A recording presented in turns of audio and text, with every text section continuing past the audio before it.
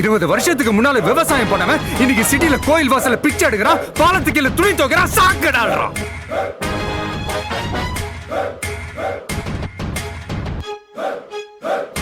உங்களை நிறைய பேருக்கு தெரியாத ஒரு விஷயத்த சொல்றேன். இந்தியா முழுக்க ஒவ்வொரு 30 நிமிஷத்துக்கு ஒரு விவசாயி தற்கொலை பண்ணிக்கிறான். அவங்க குடும்பமே தெருவுக்கு வருது. இது கடந்த 10 வருஷமா நடந்துகிட்டு வருது. அவங்களோட பரம்பரையை உங்களுக்கு சாப்பாடு போடுறதுக்காக வாழ்ந்த குடும்பம் கொஞ்சம் கொஞ்சமா அழிஞ்சுக்கிட்டு வருது. இந்தியாவுக்கு ஃபேக்டரியே வேணாம்னு நாங்க சொல்ல வரல. குடிக்கிற பால்ல இருந்து தயார் பண்ற சோப்பு வேணாம். முட்டை, மீன், கேரட்ல இருந்து எடுக்கிற ஃபேர்னஸ் கிரீம் வேணாம்.